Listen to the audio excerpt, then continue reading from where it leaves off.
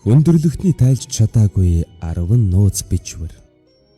Хүмүүсийн тайлж уншиж чадахгүй байгаа нууцлаг бичвэр тэмдэгтүүд одоо хүртэл байсаар байгаа бөгөөд магадгүй тэдгээр бичилсэг тайлсан цагт бидний судалж дуусаагүй эрдний соёл иргэншил, нууц нийгэмлэг, дэлхийн удирдагчдын нууцыг бүрэн мэдэж болохыг үгүйсгэхгүй. Хүндрэлтэн хязээ нэгэн цагт бичиж үлдээсэн ч өнөө хүртэл тайлж уншиж чадаагүй 10 нууц бичвэрийг танд толилуулж байна. 1. Рики Маккормикийн бичвэр. 1999 оны 6 дугаар сард нэг хүн Орос руу алга болсон бөгөөд 72 цагийн дараа Миссури мужийн Эрдэнэ жишийн тариан далбаагаас цогцсыг нь олсон байна. Энэ хугацаанд ийм юм болцож амжихгүй баймаар гэж дууалдтал ихэд муудаж гэмтсэн 41 настай түүний цогцсны халааснаас шифрлсэн 2 бичээс олжээ. Өгөн дэрбэр бүрэн дунд боловсралж эзэмшээгүй ажилгүй машингүй нэгэн байсан гин. Мөн насанд хүрээгүй хүүхэд хүчирхийлсэн хэрэгээр шорон сууж байж. Дэрээр нас барахаас өмнө 5 хоногийн өмнө Сент Луис дэх Форест парк эмнэлэгт ээлжид үзлэгийн хийлгэхээр ирсэн гин. Холбооны мөрдөх товчооны шинжилгээний алба Америкийн шинжилгээний нийгэмлэгч энэхүү нууц бичвэрийг тайлахаар 12 жилийн турш оролдоод чадсангүй. Мөрдөн байцаагчид тос бичвэрийг аллах болохоос 3 хоногийн өмнө бижигдсэн гэж үзсэн байна. Алуурчид бүр хүүхэд байгаасаа энэхүү бичвэрийг кодолж нууцлан хинж мэдэхгүй техник ашигласан гэж Маккормикийн төрөл төрөсөд баталдагч харамсалтай нь бичвэрийн дэлгүүрийг тэдний хинж мэдэхгүй өнөө хүрч. 2. Криптос. Америкийн зураач Жим Самбарны бүтээсэн энэ баримл Виржин мужийн Лингли дэх тагнуулын төв газрын албан байрны өмнө бий. Үүн дээр маш төвөгтэй 4 бичвэр байдгийг 3-ыг нь тайлж уншсан байна. Харин К4 хэмээх алдаршсан 97 тэмдэгт бүхий 4 дахь бичвэрийг өнөө болтол тайлж чадаагүй л байна. 1990 онд ТТ-гийн орлогч дарга байсан Билл Стадман энэхүү хөшөөн дээрх бичвэрийг тайлахыг үндэсний аюулгүй байдлын агентлагт даалгасан байна. Даалгаврын дагуу тусгай комисс томилж 1992 онд гэхэд 4 мэдээллийн 3-ыг нь тайлж чадсан ч 2000 он хүртэл дэлгээгүй юм. Тус 3 хэсгийг нь 1990 онд ТТ-гийн шинжээч Дэвид Стейн болон цаас харандаа мэдээлэл зүйн мэргэжилтэн Жим Гелогли нараа компьютер ашиглан тайлжээ. Тайлж уншсан мэдээлэл ТТ-гийн захидлыг санагдуулдаг бол баримт нь хэвлэгчээс гарч байгаа цаастай төстэй. 3. Войничийн гар бичмэл. 15 дугаар зууны үед үйлдэлсэн Войничийн гар бичмэл нь сэргэн мандалтын үеийн хамгийн нэртэй онцгой юм. Худалдаач Мэлфред Войнич нэртэй энэ номыг 1912 онд үл таних нэгэн худалдан авсан байна. Энэхүү ном нь 240 хуудастайч зарим хуудас нь дутуу юм. Гар бичмэл геолог одон орон сансрын тухай зургуудаар дүүрэн. Дүүнчлэн одон орны тухай үл мэдэгдэх хүснэгтөөдч бий. Нийтдээ 170 мянган орчим тэмдэгтийг ямар нэгэн дүрмийн дагуу байрлуулсан байна. Ямар ч зэг зай завсаргүй бичсэн энэ тэмдэгтүүд кодолж нууцлсан янзгүй ч энэ гар бичмлийг хэн бүтээв? Судлаач уу, ардын эмч үү, эсвэл хиймч үү? Намайг нэгэн цагт гэгэн Ромын эзэн тулсын хаан зурхайч хиймч Рудольф хоёрынх байж магадгүй гэж үзэж байлаа. Бас нэгэн таамаг бол Италийн зохиолч, зураач, уран барилгач, яруу найрагч гэгэнтэн Элзэж гүн ухаантан Леон Батиста Альберти юм. Барууны нууц бичвэрийн эцэг гэгддэг тэрбэр энэхүү гар бичмлийг бүтээгдсэн гэх цаг хугацаанд мөн амьдарч байсан юм. Дэрбэр дэлхийн анхны нууц бичвэрийн цагаан толгой, нууц бичвэрийн механик машин бүтээсэн хүн. Магадгүй Войничийн гар бичмэл түүний анхны дуршилтуудын нэг байж болох уу? Жохон бид Войничийн гар бичмлийг тайлж чадах юм бол та бидний шинжлэх ухаан одон орны тухай ойлголт өөрчлөгдөхийг үгүйсгэхгүй. 4. Шагбор дахь бичээс. Английн Стаффордширт байдаг Никол Пойсны Аркадийн малчид зургийг дүрзэлсэн энэ баримлыг 18 дугаар зуунд бүтээсний дээр D болон M үсгийн дунд OUOSVAVV эсхүүдийг дарааллуулан бичсэн байна. Зураг дээр хоёр чулуун толгой байгаагийн нэг нь энэ эмсэглэж байгаа халзан хүн. Нөгөө нь урд чихтэй яман ивэртэй хүн. Хөшөөг авсан Жорж Ансоны таамгаар бол эдгээр үсэг нь латин хэлний Optimae Uxoris Optimae Sororis Vidus Amantissimus Vovit Virtutibus гэсэн үгний товчлол. Хөрвүүлбэл хамгийн сайн ихтер хамгийн сайн эгч нараа чин үнэнч бэлэвсэн ирээс та нарын сайхан сэтгэлд үүнийг зориуллаа гэж тайлсан нэг хувилбар бий. Дагнуулын төв газрын хэлцүүч Кит Месси энэ үсгүүдийг Евангелийн Ионы 14-ийн 6 дахьтай холбож үзсэн байна.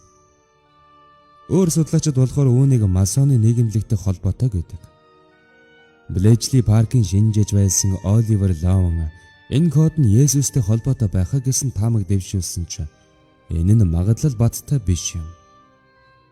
Дүүнчлэн 2004 оны Шагборгийн үл хөдлөх хөрөнгийн эзэн Ричард Кемп энэ бичвэрийг Геген Грейлийн байх газартай холбоотой байхаа хэмээн сурталчилгааны компанид ажил зохион байгуулж байсан удаатай. 5. Шогмон бичээс. Жогмон бичээс хэмээх хэдэн зуун нэмдэгттэй энэ бичвэрийг мөн л өнөө болтол тайлж чадаагүй байна.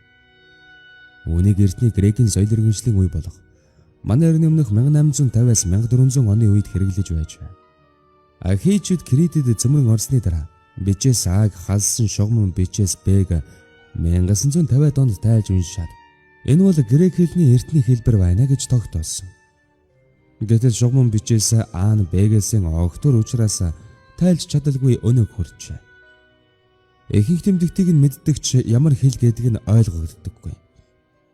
Үндсэндээ уул мөрн Критэд байгаа ч энэ хэлээр бичсэн дурсгал Грек, Израиль, Турк бүр болиг ардч бий. Шогмон бичээс Ааг археологийн хамгийн чухал олдврын нэг Фестийн зээрэн цэг дээр байдаг. Крито Миноын бичээсийн өгөг гэж тооцдог. Манай эртний өмнөх 2 дахь мянган үеийн 16 см диаметртэй энэ зээрэн цэгийг Грит дэх Фестийн ордноос олсон юм.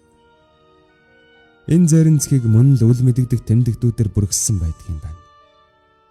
Крито Миноын үеэс 1000 жилийн дараа Эдиокрит хэл бий болсон нь шогмон бичээс Аата ямар нэг холбоотой байж болох юм.